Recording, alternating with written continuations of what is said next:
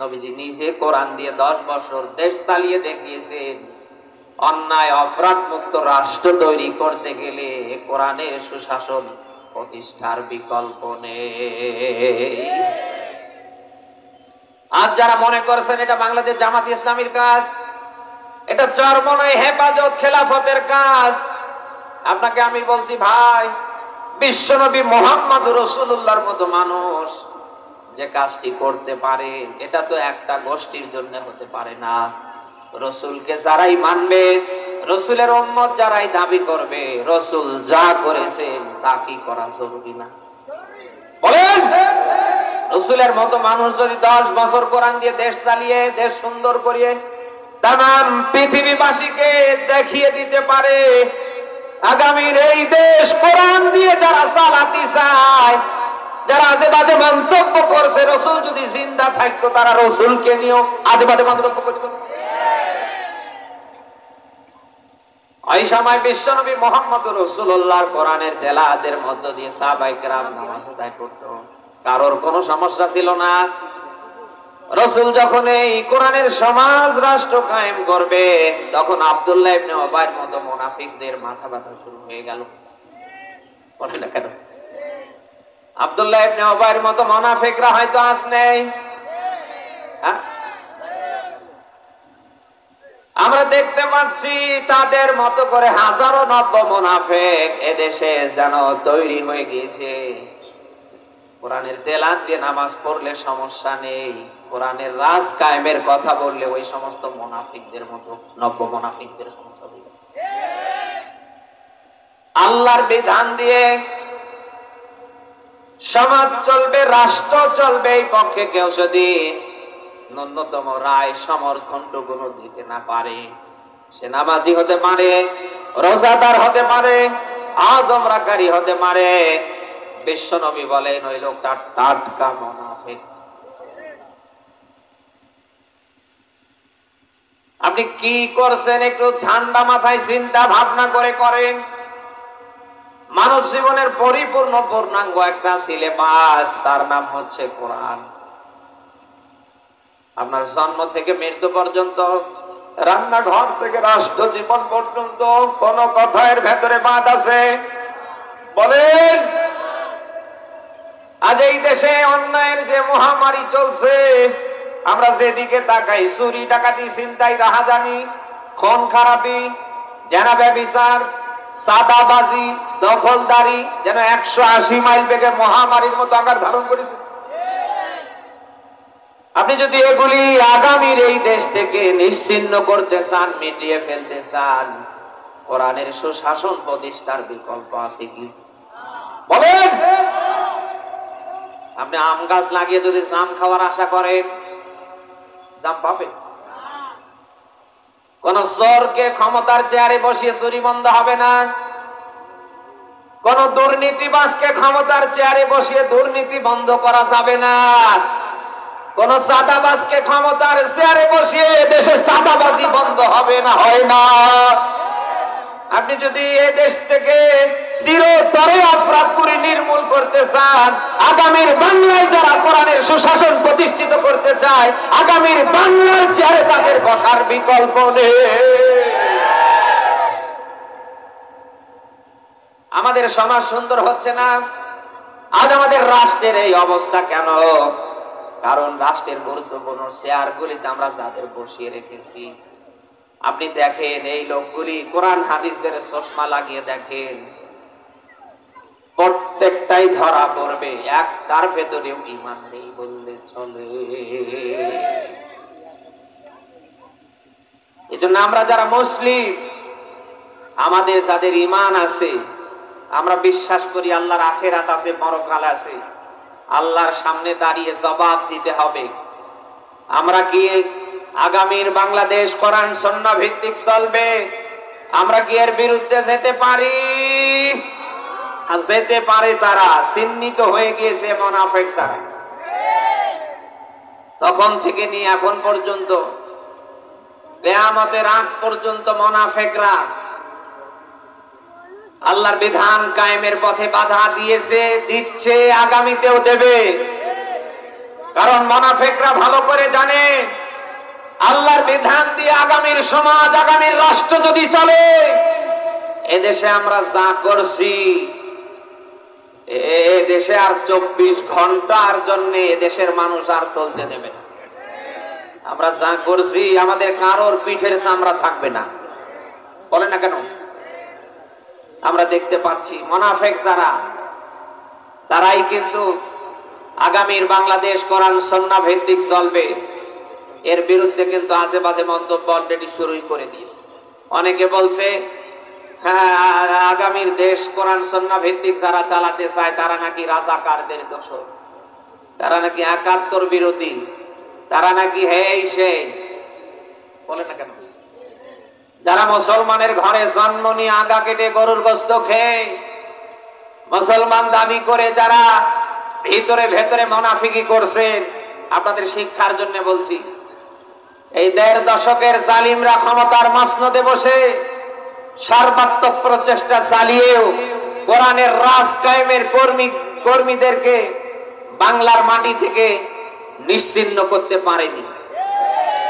ওরা যদি নিশ্চিহ্ন করেছে 10টা, আল্লাহ তাআলা ঘরে ঘরে কোরআনের রাজ কায়েমের কর্মী বের করে দিয়েছে।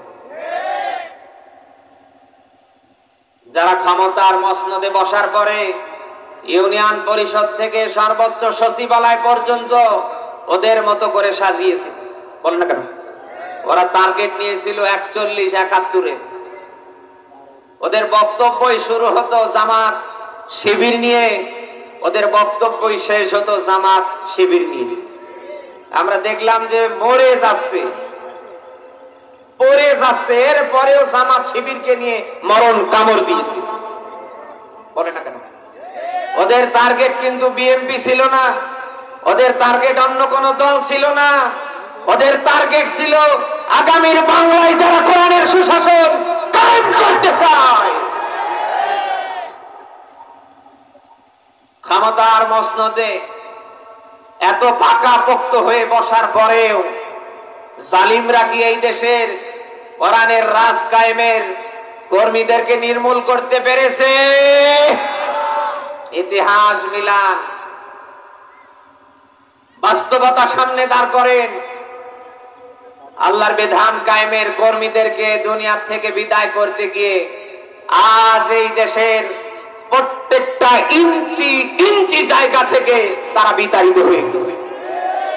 এমন একটা পরিবেশ আল্লাহ দাঁড় করেছে, টেকনাফ থেকে তেতুলিয়া, রূপসা থেকে বাথুরিয়া, সুন্দরবন থেকে বান্দরবন, বাংলার এমন কোন জায়গা নেই যেখানে দাঁড়িয়ে অন্তত এই সন্ত্রাসী আওয়ামীর সঙ্গ পান করা এই ১.৫ দশকের জালিম স্বৈরাচাররা ওপেনে বলতে পারে আমি অমুক দলের কর্মী। কি কালারটা করে দিয়েছে আপনি টের পাচ্ছেন? যাদের গর্জনে, যাদের হুঙ্কারে ঘর থেকে বের হওয়া যেত না, বের হলে একদিকে মায়ের ছবি, একদিকে বাবার ছবি। বল না কেন? চোখে পড়তো না? একদিকে মেয়ের ছবি আর একদিকে, বলেন বলেন বলেন, যারা প্রায় বলতো খেলা হবে, পালাবো না, শেখের বেটি নাকি পালায় না, খুঁজে পাওয়া যাচ্ছে কাবে? বলেন না কেন? কোথায় আওয়ামী লীগ? কোথায় কাদের কাকা? কোথায় গেল ওই জালিমদের গরম গরম কথা? খেলা হবে, খেলা হবে, এই বলেনি? বলেন না কেন? দেশের মানুষ তো এখন খেলার জন্য প্রস্তুত, মাঠে নামছে, কিন্তু বিপক্ষ হিসাবে আপনাদের পাচ্ছে না। এতদিন মনে করছিল দেশটা আমাদের, আর এই দেশের 18 কোটি মানুষ ভাড়াটিয়া। ওরা মনে যা চেয়েছিল তাই করেছিল। সর্বশেষ অবস্থা আমরা দেখেছি, দুপুরের রান্না করা খাবার দুপুর পর্যন্ত তারা খেতে পারেনি। এতদিন হেরা বলেছে, হেরা নাকি আমাদের খাইয়েছে। সব শেষে আমরা দেখলাম জনরোষে পালাচ্ছে দিল্লিতে। অন্তত এতটুকুন দেশের মানুষকে সান্ত্বনা দিয়েও এ কথাটাও বলতে পারল না যে আর টিকতে পারলাম না, চলে গেলাম স্বামীর দেশে। বলে না? আজ যারা মুনাফিকের পাঠ করছেন মুসলমানের ঘরে জন্ম নিয়ে, আপনাদের অনুরোধ করে বলছি, এই ১.৫ দশকের জালিমদের কাছ থেকে শিক্ষা নেন। আপনারাও যদি ওদের মতো করে আবারও মাথা চাড়া দিয়ে মনে করেন কি হনুরে, আপনাদের মতো হনুমানদেরকেও কিন্তু ওদের মতো সাইজ করতে আল্লাহর সেকেন্ড সময় লাগবে না। আল্লাহ পারে না পারে? বলেন। আল্লাহ ধরে না। যখন আল্লাহ ধরবে আব্বা ডাক দেবার সুযোগ দেবে। বলেন না কেন? যুগে যুগে আপনি ইতিহাস দাঁড় করেন, কোন জালিমকে আল্লাহ তাআলা একেবারেই কিন্তু ছেড়ে দেয়নি। প্রত্যেকটা জালিমকে, স্বৈরাচারকে আল্লাহ ছাড় দিয়েছে, ছেড়ে দেয়নি। কিয়ামতের আগ পর্যন্ত সূর্য যতদিন উঠবে আর ডুববে, প্রত্যেকটা জালিম স্বৈরাচারের বাচ্চাকে আল্লাহ ছাড় দেবে, ছেড়ে দেবে না। কেন আল্লাহ তাআলা জালিমদের ছাড় দেয়? কেন তিনি তাদের ছেড়ে দেন না? কারণ আছে না নেই? আপনি সূরা আলে ইমরানের 4 নম্বর পারার 12 নম্বর পৃষ্ঠার 178 নম্বর আয়াতের শেষ অংশে পাবেন, ইন্নামা নুমলি লাহুম লিয়াজদাদু ইসমা ওয়া লাহুম আযাবুন আলীম। বলেন আল্লাহু আকবার। আল্লাহ বলেন আমি জালিমদের এই জন্যই ছাড় দিই, তারা আরো যেন মানুষের উপরে বেশি করে জুলুম করে। এই 1.5 দশকের জালিমদের, স্বৈরাচারদের আল্লাহ তাআলা বারবার এভাবে ছাড় দিয়েছে। এখনো সময় আছে, ভালো হও, দিনের ভোট দিনে দে, নিরপরাধ মানুষগুলির আয়না ঘর থেকে মুক্তি দে। বলে না কেন? বারংবার এই 1.5 দশকের জালিমদের, স্বৈরাচারদের আল্লাহ এভাবে ছাড় দিয়েছে। বারংবার আল্লাহ তাআলা তাদেরকে সুযোগ দিয়েছে। ওরা যত বেশি সুযোগ পেয়েছে তত বেশি ক্ষমতা টেকানোর জন্য মরণ কামড় দিয়েছে। বলে না কেন? যুগে যুগে আল্লাহ তাআলা এভাবে জালিমদের ছাড় দিয়েছে, কোন জালিমকে ভাবে আল্লাহ একেবারে ছেড়ে দেয়নি। নমরুদের দিকে তাকান, ফেরাউনের দিকে তাকান, সাদ্দাতের দিকে তাকান, আবু জাহেলের দিকে তাকান, কোন জালিমের বাচ্চাকে আল্লাহ একেবারে কিন্তু ছেড়ে দেয়নি। প্রত্যেকটা জালিমকে আল্লাহ ছাড় দিয়েছে, যখন আল্লাহ ধরেছে কাউকে আব্বা ডাক দেবার সুযোগ দেয়নি। 1500 বছর পূর্বে জালিমদের ব্যাপারে আল্লাহ ভয়ঙ্কর তথ্য পেশ করেছে। সূরা শুরা 42 নম্বর সূরার 25 নম্বর পারার 6 নম্বর পৃষ্ঠার 42 নম্বর আয়াতে পাবেন, ইন্নামাস সাবিলু আলাল্লাযীনা ইয়াজলিমুনান নাস ওয়া ইয়াবগুনা ফিল আরদি বিগাইরিল হক উলাইকা লাহুম আযাবুন আলীম। বলেন আল্লাহু আকবার। আয়াতের দিকে খেয়াল করেন, আল্লাহ পাক বলেন যারা মানুষের উপরে জুলুম করে, আমার জমিনে যারা মানুষের উপরে জুলুম করে, আল্লাহ বলেন এই জালিমদের উপরে আমি আল্লাহর মামলা। কার মামলা? আরো জোরে বলেন। যাদের 1.5 দশকে লাগেনি কোন ভোট, যারা মনে করেছিল দেশটা আমাদের, আর দেশের 18 কোটি মানুষ ভাড়াটিয়া, এই জালিমদের উপরে, জালিমদের দোসরদের উপরে মামলা যেন। বলেন বলেন বলেন। এদেশের দায়িত্বে যিনি আছেন ডক্টর মোহাম্মদ ইউনূস স্যার সহ তার উপদেষ্টা মণ্ডলীতে যারা আছে, তাদের মামলা না, এই জালিমদের উপরে সরাসরি মামলা কার? আর আল্লাহ যদি নিজে বাদী হয়ে জালিমদের উপরে মামলা করে, ওদের বাঁচার উপায় আছে? বলেন। সূরা নামল 27 নম্বর সূরার 19 নম্বর পারার 20 নম্বর পৃষ্ঠার 7 নম্বর লাইনের 52 নম্বর আয়াতে পাবেন, আল্লাহ পাক বলেন, ফাতিল কাবায়াতুহুম খাবিয়াতাম বিমা সালামু ইন্না ফি যালিকা লাআয়াতাল লিকাওমিন ইয়ালামুন। আয়াতের দিকে তাকান, আল্লাহ পাক বলেন তোমরা কি জালিমদের বাড়ি ঘরগুলির দিকে অতঃপর তাকাও না? খাবিয়াতাম, আমি আল্লাহ জনশূন্যে পরিত্যক্ত রূপে পরিণত করে দিয়েছি। বিমা যালামু, শুধু জুলুম করবার কারণে। সারা দেশ জুড়ে আপনি আমারে একটা জালিমের বাড়ি দেখান যে ওই জালিমের বাড়িটা অক্ষত আছে। একটা জালিমের বাড়ি আপনি ঠিক দেখাতে পারবেন না। প্রত্যেকটা জালিমের বাড়ি আল্লাহ তাআলা একেবারে খাবিয়াতান পরিত্যক্ত জনশূন্য করে দিয়েছে। বলেন না কেন? এই জালিমরা ক্ষমতার মসনদে দীর্ঘদিন থাকার টার্গেট নিয়ে ওরা দেশের বিভিন্ন পয়েন্টগুলিতে 700 থেকে 800-র মতো আয়না ঘর বানিয়ে ফেলেছে। ধানমন্ডির 32 নাম্বার বাড়িতে নিজের চোখে দেখেছেন এই জানোয়াররা আয়না ঘর বানিয়ে ফেলেছিলেন। শুধু ওই জায়গা বলে শেষ না, পুরো বাংলাদেশটাকেই যেন তারা আয়না ঘরে বাড়ি পরিণত করে ফেলেছিল। ওরা মনে করেছিল আমাদের প্রতিপক্ষ যারাই হবে তাদের ধরব আর ওই আয়না ঘরে রাখবো, যা হয় হোক গা, আমরা আছি, আমরাই থাকবো। জালিমরা সফল হয়নি, স্বৈরাচার কখনো সফল হয়নি। কিয়ামতের রাত পর্যন্ত কোন জালিম, কোন স্বৈরাচার সামনে সফল হয় না, হবে না। এদেশের দায়িত্বে যারা আছে তাদের কাছে আমাদের জোর দাবি, বাংলার প্রত্যেকটা জালিমের ঘরগুলিকে জাতীয় ইন্টারন্যাশনাল টয়লেট বাথরুমে পরিণত করা হোক। সৌদি বাদশা যদি আবু জাহেলের বাড়িকে ইন্টারন্যাশনাল জাতীয় টয়লেট বাথরুমে পরিণত করতে পারে, এদেশের 18 কোটি মানুষের গণদাবি এদেশের জালিমদের বাড়ি ঘরগুলিকে আগামীতে ইন্টারন্যাশনাল টয়লেট বাথরুমে পরিণত করা হোক। দেশের রাজনীতি শয়তানদের, এদেরকে যারা বাংলায় নতুন করে প্রতিষ্ঠা করতে চায়,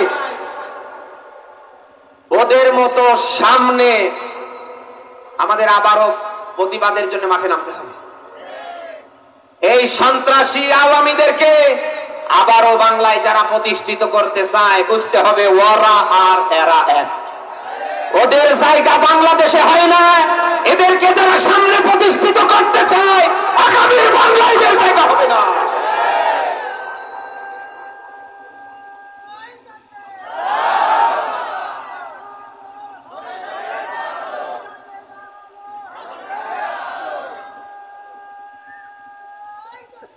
যারা এই সন্ত্রাসী আওয়ামীদেরকে বাংলায় নতুন করে প্রতিষ্ঠিত করতে চায়, আমরা তাদের স্পষ্ট ভাষায় বলে দিতে চাই, আপনারা এত সহজে সবকিছু ভুলে গেলেন।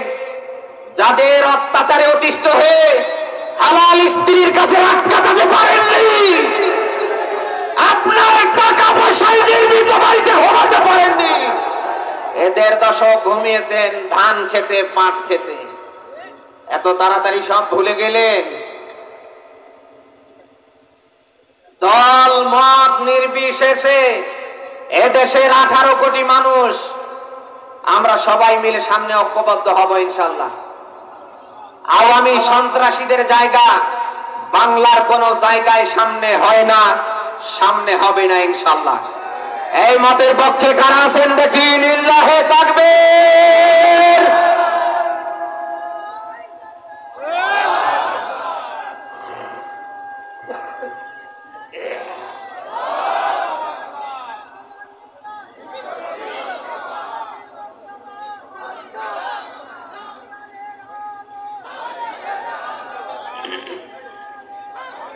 এই জালিমরা, এই স্বৈরাচার, এই অত্যাচারীরা 1.5 দশক আমাদের উপরে জুলুম, অত্যাচার, টর্চার, দেশের সম্পদ 180 মাইল বেগে পাচার করে কেউ কানাডায় বেগমপাড়া, সাহেবপাড়া বানিয়েছে।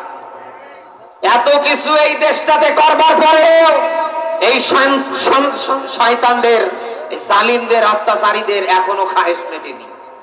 তারা দিল্লি থেকে বাংলাদেশের ভাবমূর্তি নষ্ট করবার সর্বাত্মক প্রচেষ্টা চালাচ্ছে। আমরা কি এটা হতে দিতে পারি? বাংলার কোন জায়গায় কোন সন্ত্রাসী আওয়ামীর সাঙ্গ পাঙ্গ যদি মাথা চারা দিয়ে দেশের ভাবমূর্তি নষ্ট করবার চেষ্টা করে, পায়ের জুতো খুলবেন, এরপরে উত্তম মাধ্যম দেবেন। বলেন না কেন? আগামী এই বাংলাদেশে কোন সন্ত্রাসী আওয়ামীর জায়গা হয় না, হবে না ইনশাআল্লাহ বলি। এই জন্য আগামীর বাংলাদেশ কোরআন সুন্নাহ ভিত্তিক চলুক। আমরা এটা চাই তো। 53 বছর হয়ে যাচ্ছে দেশ স্বাধীনে, অনেকে তো অনেক ভাবে এদের শাসন করবার চেষ্টা করেছে, কম বেশি সবার শাসন আমরা দেখেছি। আল্লাহর কোরআন দিয়ে আগামীতে যারা দেশটা চালাতে চায়, সামনে আমরা তাদের শাসন দেখতে চাই। কারা আছি দেখি, লিল্লাহে তাকবীর। আল্লাহ যেন কবুল করেন। প্রাণপ্রিয় যশোরবাসী, এই জন্য আমাদের সিদ্ধান্ত নিতে হবে সবাইকে ঐক্যবদ্ধ হয়ে আগামীর বাংলাদেশ গড়ার পর্যায়ে কাজ করতে হবে। আমরা সবাই মিলে যেন এ দেশটা আল্লাহর বিধান দিয়ে আগামীতে চালাতে পারি, এবং যারা চালাতে চায় আমরা ঐক্যবদ্ধ হয়ে আমাদের মহামূল্যবান ভোট দিয়ে যেন আগামীর বাংলার চেয়ারে তাদের বসাতে পারি। ভোট একটা আমানত, আমরা যাকে তাকে দিতে পারি না। যে পাওয়ার হকদার, যে যোগ্য, আমরা তাকে দেব ইনশাআল্লাহ। কিন্তু 1.5 দশকে আমরা ভোটাধিকার প্রয়োগের কোন সুযোগ পাইনি। পরিবেশ যেহেতু আল্লাহ দয়া করে করে দিয়েছে, আমাদের এই মহামূল্যবান আমানত নামক ভোট আমরা সামনে তাকেই দেব যে পাওয়ার হকদার, যোগ্য। 1000 বছর পূর্বে আল্লাহ সূরা নিসার 58 নম্বর আয়াতে ব্যাখ্যা দিয়েছেন, ইন্নাল্লাহা ইয়া'মুরুকুম আন তু'আদ্দুল আমানাতি ইলা আহলিহা। আল্লাহ বলেন, আমি আল্লাহর আদেশ, তোমরা তোমাদের আমানত নামক ভোট দেবে যে পাওয়ার হকদার, যে যোগ্য তাকে। সুবহানাল্লাহ বলতে পারেন না? মসজিদের ইমাম যেভাবে নির্বাচন করেন, আগামীর নেতৃত্ব যার মানবেন, নেতৃত্বের আসনের সামনে যাকে আপনি বসানোর নিয়ত করেছেন, মসজিদের ইমাম যেভাবে আপনি মসজিদে নিয়োগ দেন, সামনে যার নেতৃত্ব মানবেন তাকে ওই রকম করে দেখার দরকার আছে না নেই? মসজিদের ইমাম নিয়োগ দিতে গিয়ে আপনি দেখেন ইমাম সাহেব লম্বা চওড়া কিনা, দেখতে সুন্দর কিনা, দাওরা পাস কিনা, ফাজিল কামেল পাস কিনা, সুন্দর কণ্ঠে কোরআনে তেলাওয়াত করতে পারে কিনা, কোরআন থেকে কথা বলতে পারে কিনা। আপনি একেবারে এক থেকে শুরু করে একেবারে যত দূর যাওয়া যায় আপনি চিরুনি অভিযান চালান। এরপরে জনগণের রায়ের ভিত্তিতে আপনি তাকে নিয়োগ দেন। সামান্য 500, 200, 1000 মানুষের ইমাম বানাতে গিয়ে যদি আপনি এত কিছু দেখতে পারেন, আগামীর 2 উপজেলার যাকে আপনি জনপ্রতিনিধি বানাবেন, যার নেতৃত্ব আপনি মানবেন, তাকেও মসজিদের ইমামের মতো দেখে শুনে আপনার ভোটাধিকার প্রয়োগ করে চেয়ারে বসার দরকার আছে না নেই? ভালো মন্দের জ্ঞান পৃথিবীর কোন সৃষ্টিকে আল্লাহ দেয়নি, আমার আল্লাহ দিয়েছে শুধু মানুষ যারা তাদেরকে। কারা আগামীর নেতৃত্বে এই বাংলার চেয়ারগুলিতে আসলে দেশের মানুষ নিরাপদ থাকবে, দেশের মানুষের ভেতরে বৈষম্য দূর হবে, মানুষ তাদের ন্যায্য অধিকার ফিরিয়ে পাবে।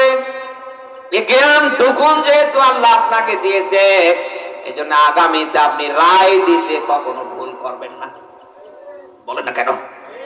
কিয়ামতের কঠিন মুসিবতের দিনে, ওই দিন আল্লাহ তাআলা প্রত্যেকটা মানুষকে দাঁড় করাবে পৃথক পৃথক, আলাদা আলাদা করে।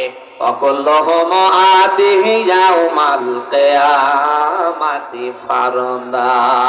বলেন আল্লাহু আকবার। সূরা মারিয়ামের 95 নম্বর আয়াতে পাবেন, আল্লাহ বলেন প্রত্যেকটা মানুষকে কিয়ামতের ময়দানে ওঠানো হবে ফারদা, পৃথক পৃথক, আলাদা আলাদা করে। দুনিয়ায় আপনি কোন জায়গায় কি করেছেন কোনটা বাদ যাবে না, সব আল্লাহ একটার পর একটা কিন্তু আপনার থেকে নেবে। বলে না কেন?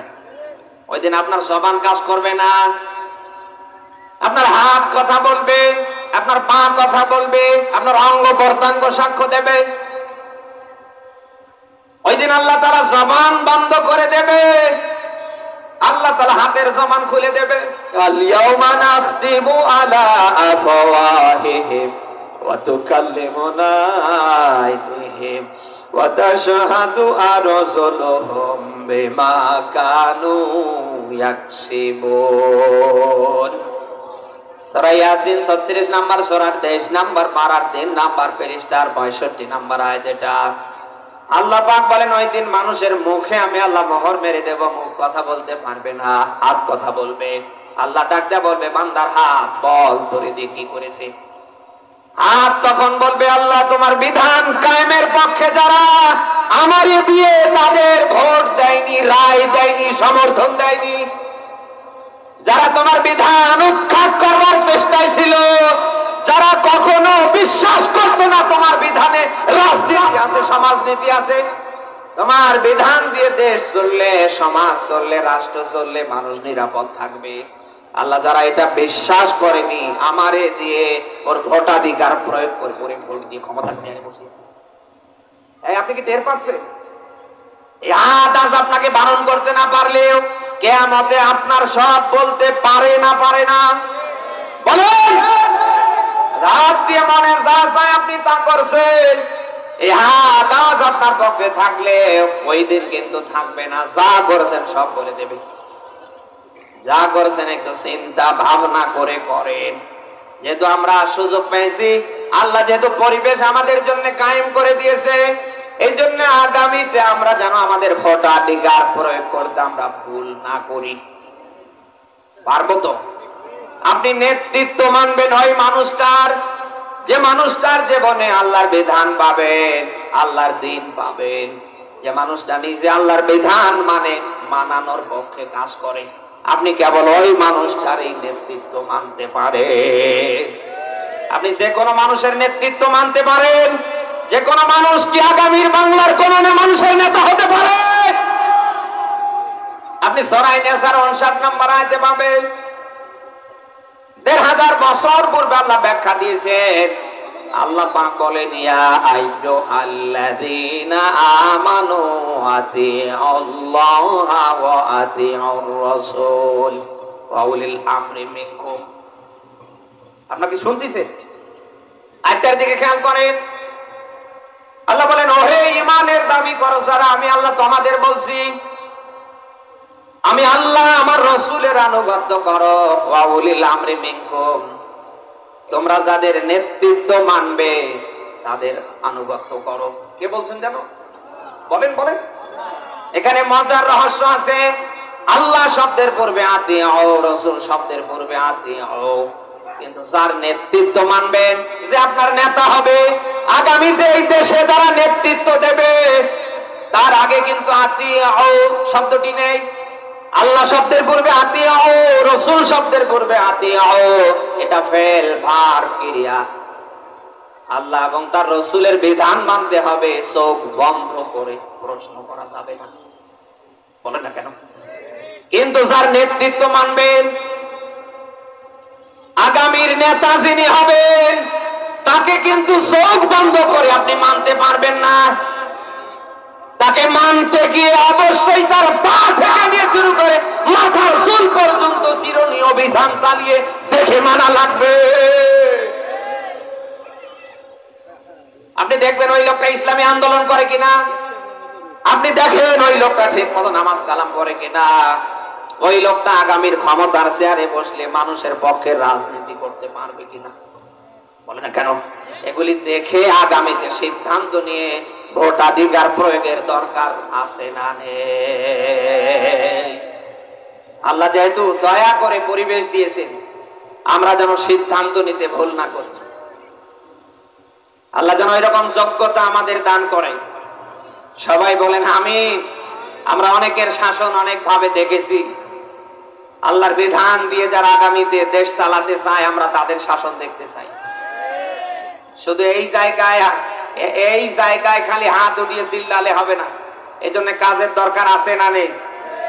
বলে আল্লাহ কিন্তু কোন জিনিস বান্দাকে ফিরি দেয় না যতক্ষণ বান্দা চেষ্টা না করে।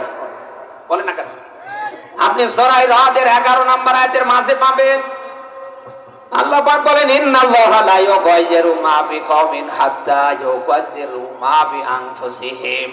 আল্লাহ বলেন কোন জাতির ভাগ্যের পরিবর্তন আমি আল্লাহ করি না, অবস্থার পরিবর্তন আমি আল্লাহ করি না যতক্ষণ না তারা নিজেরাই নিজেদের অবস্থার পরিবর্তন না করে। কে বলছে? বলেন বলেন বলেন। মসজিদের কোণে বসে, কোরআনের মাহফিলে বসে আগামীর বাংলাদেশ কোরআন দিয়ে রসুলের সুন্নাহ দিয়ে চলবে, শুধু মুখে মুখে বললে চলবে না, হবে না। এটা প্র্যাকটিক্যাল লাইফে যদি দেখতে চান আপনাকে ময়দানে কর্মী হয়ে কাজ করা লাগবে। আল্লাহ তাআলা বলেন ওয়াল্লাইসা লিল ইনসানি ইল্লা মা সাআ, মানুষ যেটা চেষ্টা করে সেটাই সে পায়। ওয়াল্লাযীনা জাহাদু ফীনা লানাহদিয়ান্নাহুম সাবুলানা ওয়া ইন্নাল্লাহা লামাআল মুহসিনিন। আল্লাহ বলেন আমার বিধান কায়েমের পক্ষে যারা চেষ্টা করে তাদের জন্য পথ আমি আল্লাহ সহজ করে দিই। সুবহানাল্লাহ বলতে পারেন না? 92% মুসলমান এই দেশে আমরা, আগামীর বাংলায় আল্লাহর বিধান 100% কায়েম হবে, কোরআনের পতাকা উড্ডীন হবে। আমরা যদি আগামী কাল থেকে কাজ করতে পারি 100% বাংলায় কোরআনের পতাকা উড্ডীন হবেই হবে ইনশাআল্লাহ। কিন্তু আমরা পারছি না। আমরা অনেকেই মনে করছি যে এই কাজ তো আমাদের না। যুগে যুগে যত নবী যত রসুল এসেছিলেন প্রত্যেকটা নবী এবং রসুলের জীবনীতে আপনি মিলান, তাদের মিশন ছিল, ভিশন ছিল আল্লাহর দ্বীন যেন জমিনে প্রতিষ্ঠিত হয়। বলে না কেন? এই যে সূরা শুরার 13 নম্বর আয়াত আমি পড়েছি, আল্লাহ পাক বলেন শারাআ লাকুম মিনাদ দ্বীন, আমার দ্বীনকে আমি আল্লাহ বিধিবদ্ধ করে দিয়েছি।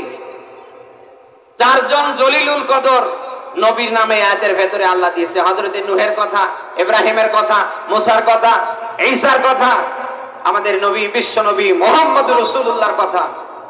আল্লাহ বলেন একই আদেশ সব নবীকে দিয়েছি, আন আকিমুদ্দিন, আমার দ্বীন প্রতিষ্ঠা করো, ওয়ালা তাতাফাররাকু ফি, এই নিয়ে বিচ্ছিন্ন হইও না।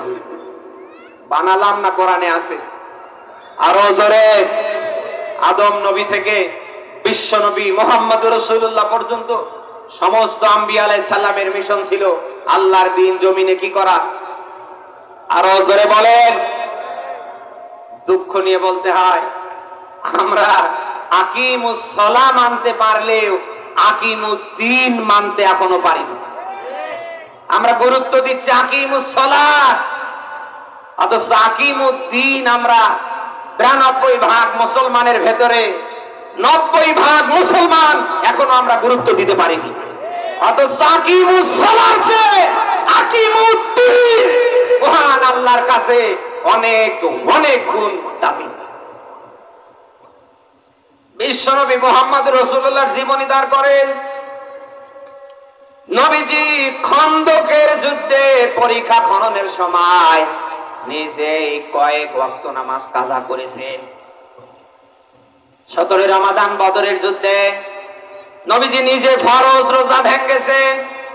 মক্কা বিজয়ের সময় বিশ্বনবী নিজে রোজা ভেঙেছেন, সাহাবীদেরকে রোজা ভাঙতে আদেশ দিয়েছেন। এর থেকে প্রমাণিত হয় নামাজের চেয়ে রমজান মাসের 30টা রোজার চেয়ে আকিমুদ্দিন দ্বীন প্রতিষ্ঠার কাজ করা আল্লাহর কাছে অনেক দামি। অথচ আমরা আকিমুস সালাহ নামাজ পড়ছি, তাতে কোনো সমস্যা নেই, কিন্তু আকিমুদ্দিন প্রতিষ্ঠার বেলায় তখন আমাদের ভেতরে দলাদলি নানা মত পার্থক্য তৈরি হচ্ছে। বলেন না কেন? এই যে আকিমুস সালাহ এই কথাটা কার যেন? বলেন বলেন। আর আকিমুদ্দিন এই কথাটা কার?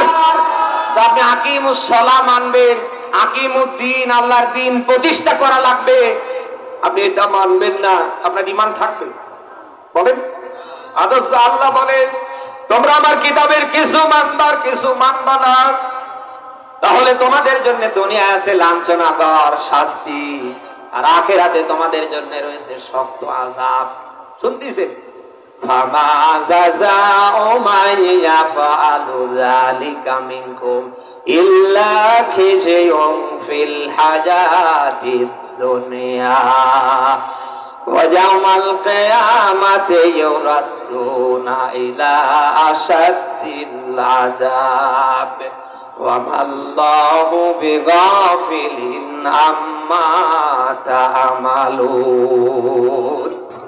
আপনি সূরা বাকারার 85 নম্বর আয়াতের মাঝে পাবেন আল্লাহ বলেন আমার কিতাবের কিছু অংশ মানবা আর কিছু অংশ মানবা না।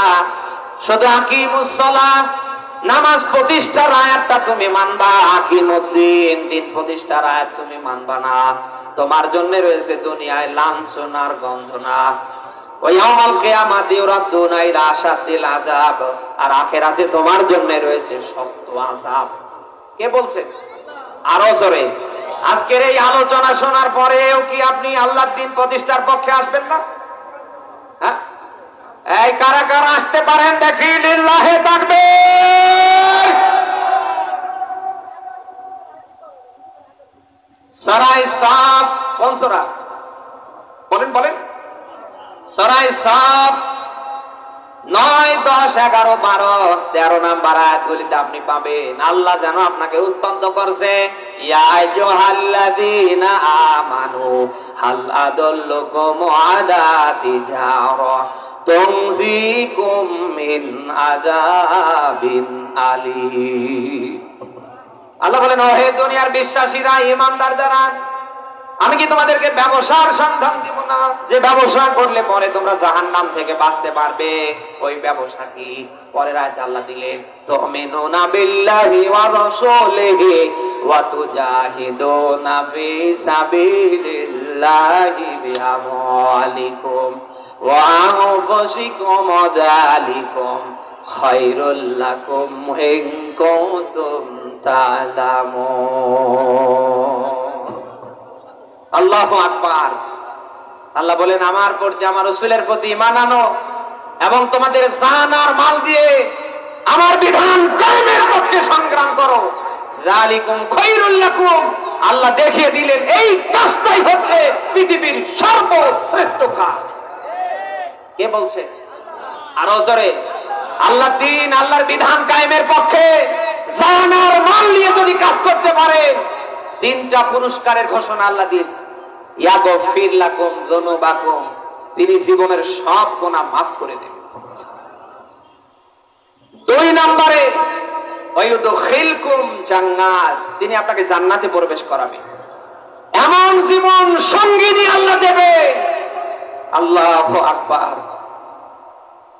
আমাদের দরকার আছে আছে আছে আছে। এই জন্য আল্লাহর দিন প্রতিষ্ঠা থেকে, আল্লাহর বিধান কায়েম থেকে আমরা এক চুল নড়ে দাঁড়াবো না। জীবন যদি দিতে হয়, রক্ত যদি দিতে হয়, ফাঁসির দড়িতে যদি জীবন দিতে হয়, আগামী বাংলায় দিন প্রতিষ্ঠার জন্য আমরা কারা দিতে পারি যে ফিরিল্লাহি তাকবীর। আল্লাহ যেন কবুল করেন। বুখারীর হাদিস বলছি, নবীজি বলেন মান তামাসসাকা বিসুন্নতি ইনদা ফাসাদি উম্মতি ফালাহু আজরু মিআতা শাহীদ। নবীজি বলেন ফিতনা ফাসাদের জামানায় কেউ যদি আমার মরা একটা সুন্নাত জিন্দা করতে পারে, তাকে 100 গলা কাটা শহীদের সওয়াব দান করা হবে। মরা সুন্নাত কি? টুপি মাথায় দেয়া, এই টুপি মাথায় দেয়া, দাড়ি 1 মুষ্টির বেশি করা, সাদা পোশাক পরা, খাবার শেষে মিষ্টি খাওয়া, সালাম দেয়া না, এগুলি সব জিন্দা সুন্নাত। কেউ টুপি মাথায় দেয়, কেউ দেয় না, কেউ দাড়ি রাখে, কেউ রাখে না, কেউ সালাম দেয়, কেউ দেয় না, কেউ খাবার পরে মিষ্টি খায়, কেউ খায় না। এগুলি সব জিন্দা সুন্নাত। এদেশে কেউ না কেউ করছে, আমরা দেখতে পাচ্ছি না, বলেন না কেন? কিন্তু মরা সুন্নাত কোনটা? আল্লাহর দিন জমিনে জিন্দা করা, আল্লাহর বিধান দিয়ে আগামীর সমাজ চালা, রাষ্ট্র চালা, এটা হচ্ছে মরা সুন্নাত। যেটা আছে দেশের ভেতরে নেই বললেই সব। 1.5 দশকে জালিমরা তো ওকে একেবারে মেরে কবর দিয়েছে, এখন যাই হোক একটু কবর থেকে বের হবার সুযোগ পাচ্ছে। বলেন না কেন? আল্লাহ দ্বীন প্রতিষ্ঠার জন্য আল্লাহর বিধান দিয়ে সমাজ চলবে, রাষ্ট্র চলবে। আপনি ওই পক্ষে যদি কাজ করতে পারেন জান আর মাল নিয়ে, নবীজি বলেন মহান আল্লাহ তাআলা আপনাকে 100 গলা কাটা শহীদের সওয়াব দান করুন। রাসূলের সাহাবী আব্দুল্লাহ ইবনে উম্মা মাকতুম, অন্ধ মানুষ, চোখে দেখে না, ওমরকে ডাক দেয়া বললেন, ভাই খলিফাতুল মুসলিমিন ওমর, পৃথিবীর শ্রেষ্ঠ কাজটাই তো আমার দ্বারা হচ্ছে না, কারণ আমি তার চোখে দেখি না, জিহাদের ময়দান পর্যন্ত আর যেতে পারছি না।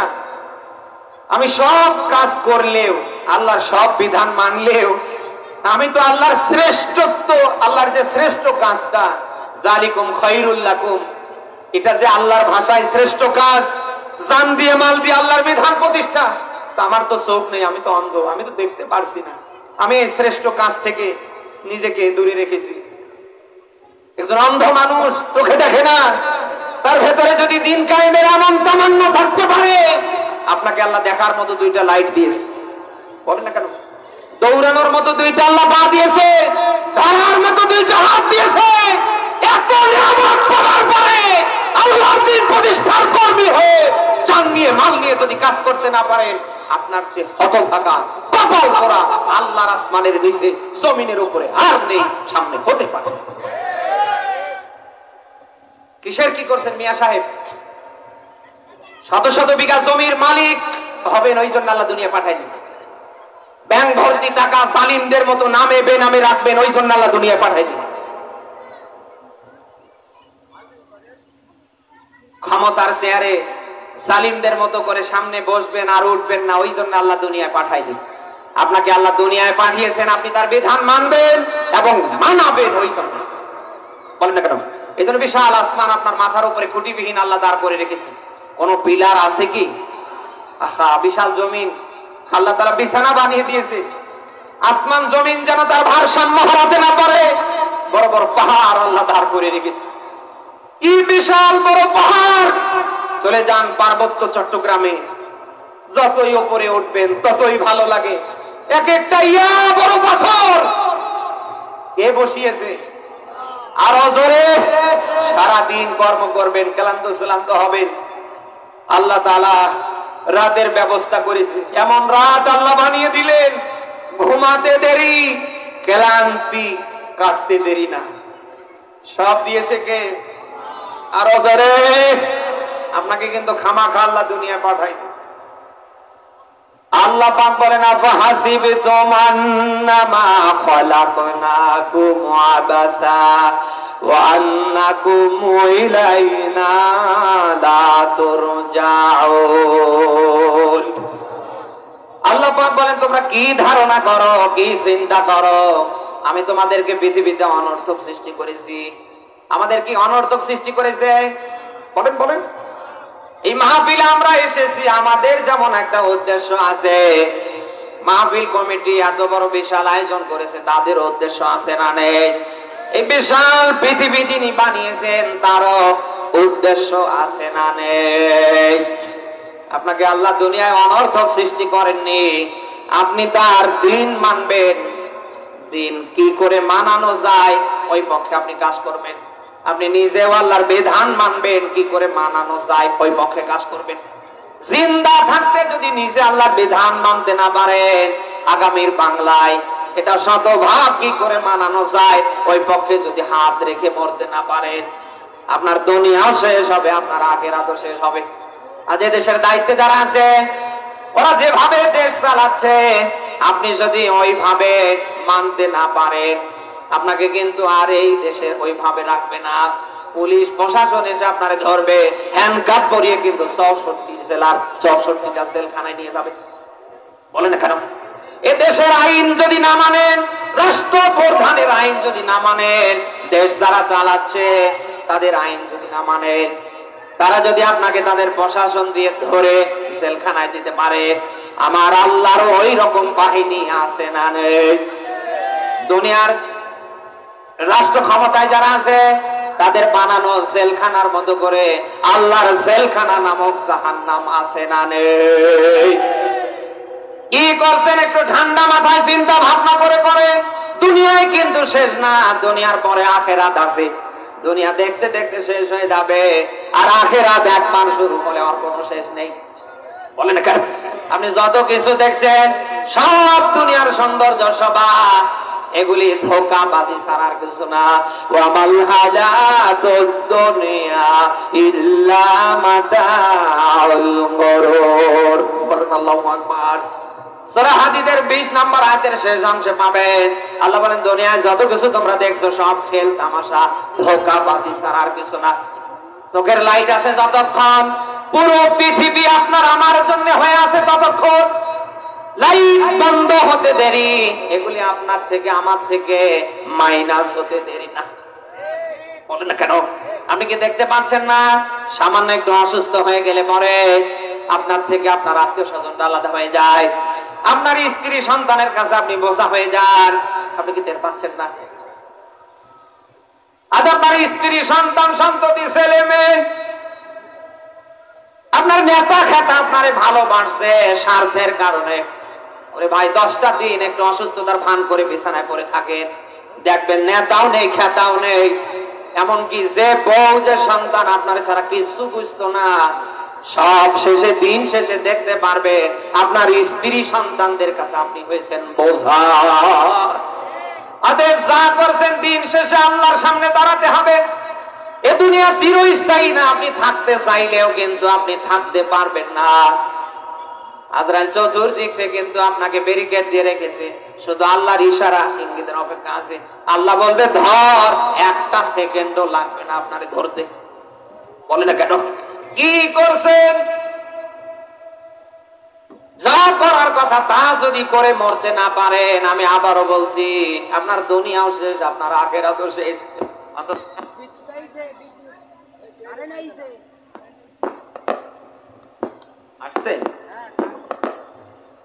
কি করছেন? আবেগ দিয়ে না, একটু বিবেক দিয়ে নেবার চেষ্টা করেন। এই ঠিক হয়েছে ভাই?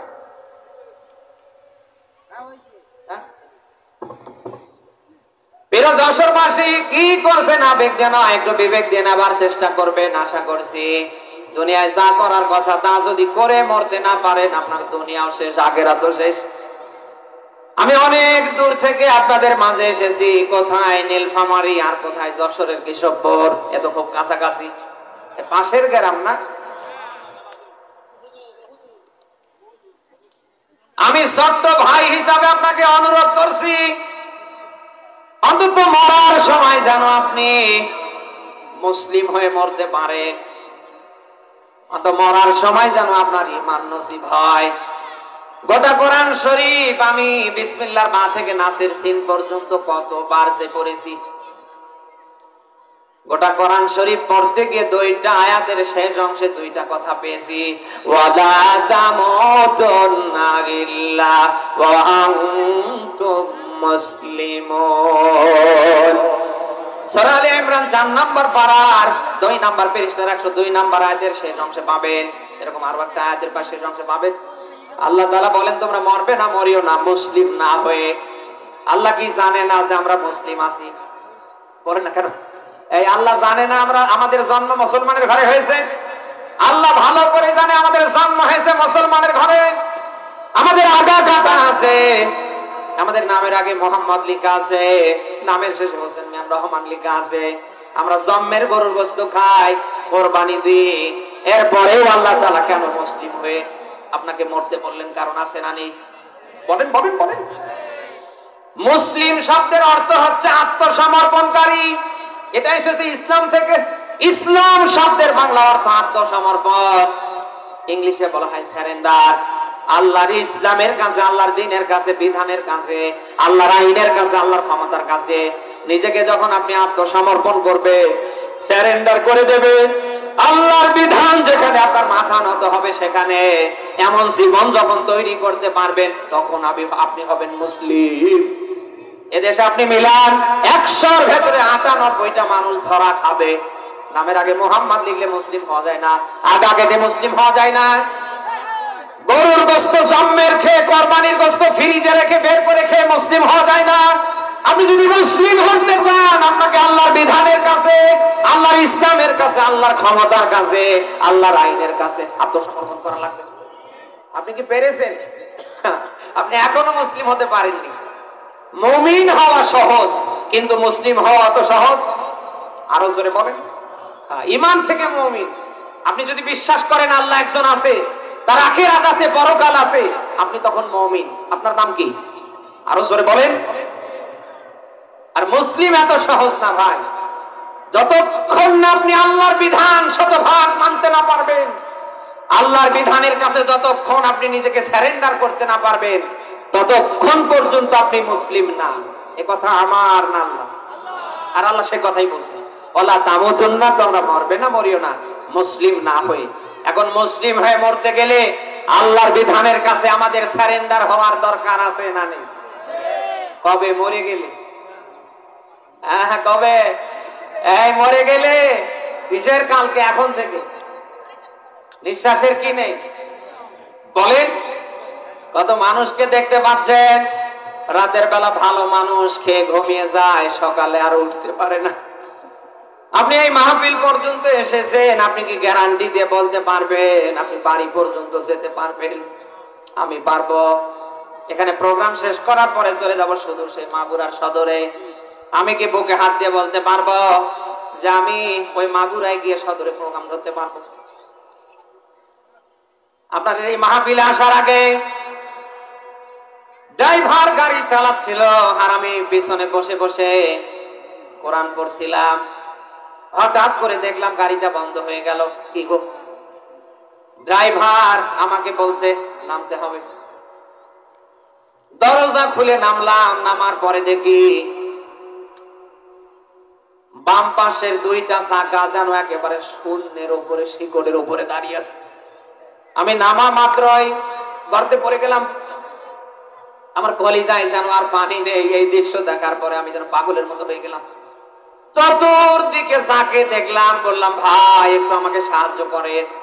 পুরো এলাকার মানুষ যেন জড়ো হয়ে গেল।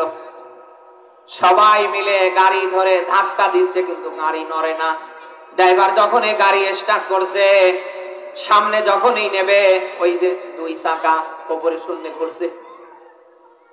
বারবার দোয়া ইউনুস পড়লাম, আল্লাহর কাছে সাহায্য চাইলাম। আল্লাহ, দিনের বেলা প্রোগ্রাম আমার এখানে 2টার পরে উঠাবে, আমি জানি না। আমারে বলছে আপনাকে 11টায় উঠাতে হবে।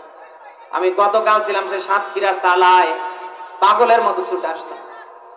বারবার আল্লাহর কাছে দোয়া করলাম, আল্লাহ তুমি পারো আমার সম্মান রক্ষা করতে, একটু মেহেরবানি করে আমারে সাহায্য করো। লোকজন জড়ো হয়ে গেল। মুহূর্তের ভেতরে সবাই মিলে যেন গাড়িটা একেবারে শূন্যের উপরে নিয়ে অবশেষে আমাদের রাস্তার মাঝখানে গাড়িটা দাঁড় করে দিল। ওরে ভাই, এই ঘটনা থেকে শিক্ষা আছে, নিঃশ্বাসের কোনো বিশ্বাস নেই, মরণের কোনো গ্যারান্টি আছে? এই আসি এই নেই। আপনি কিসের ধান্দা করছেন, কিসের মাস্তানি করছেন, কিসের ক্ষমতা দেখান, কিসের কি করেন? জীবনের শেষ সম্বল তো আপনার আমার প্রত্যেকের সাদা 3 টুকরো কাপড়। সর্বশেষ জায়গা আমারও কবর, আপনারও কবর। বলে না কেন? সর্বশেষ সম্বল 3 টুকরো কাপড়, ওটা আমারও, ওনারও, এনারও। রাজা, বাদশা, এমপি, মন্ত্রী, মিনিস্টার, যে যেই হয় না কেন, জীবনের শেষ সম্বল সাদা 3 টুকরো কাপড়। আর জীবনের সর্বশেষ জায়গা হচ্ছে কবর। নাম কি? আরো জোরে বলেন। যার নাম কবর তার রাখে না কেউ। বলেন বলেন বলেন। যেহেতু আপনাকে মরতেই হবে, কবর পর্যন্ত যেহেতু আপনাকে যেতেই হবে, আপনি যেন অন্তত মরার আগে মুসলিম হয়ে মরতে পারেন। মরার আগে যদি আপনি মুসলিম হয়ে আপনি যদি নিজেকে আল্লাহর দিকে সারেন্ডার করাতে না পারেন, আপনি যদি আঁকা বাঁকা থেকে আপনি যদি বাঁকা তেরা অবস্থায় মরে যান, মরার পরে কিন্তু হুজুররা আর আপনাকে ওইভাবে রাখবে না। আপনাকে ওই রকম টান দিয়ে সোজা করবে, যতক্ষণ সোজা হবেন না ততক্ষণ টানতেই থাকবে। কত বাঁকা মানুষ পরে মারা যায়। গোসল করবার পরে কাপড় পরা আপনারা যারা দেখেছেন, দুইজনে দুই দিকে এরকম করে কাপড় ধরে টানছে, যতক্ষণ সোজা না হয় ততক্ষণ কেউ বাঁধে না। আপনি তেরা বেঁকা অবস্থায়, লাইনচ্যুত অবস্থায় আপনি থেকে যদি মরে যান, ঠিকই কিন্তু আপনাকে টান দিয়ে সোজা করা হবে। ওই সোজা এখন এই হওয়ার দরকার আছে না নেই? কারা পারি দেখি। লিল্লাহে তাকবীর। আল্লাহ যেন আমাদের কবুল করে, আমরা যেন তার বিধান মানতে পারি, মানানোর পক্ষে থাকতে পারি। আল্লাহ কবুল করুক, আমিন।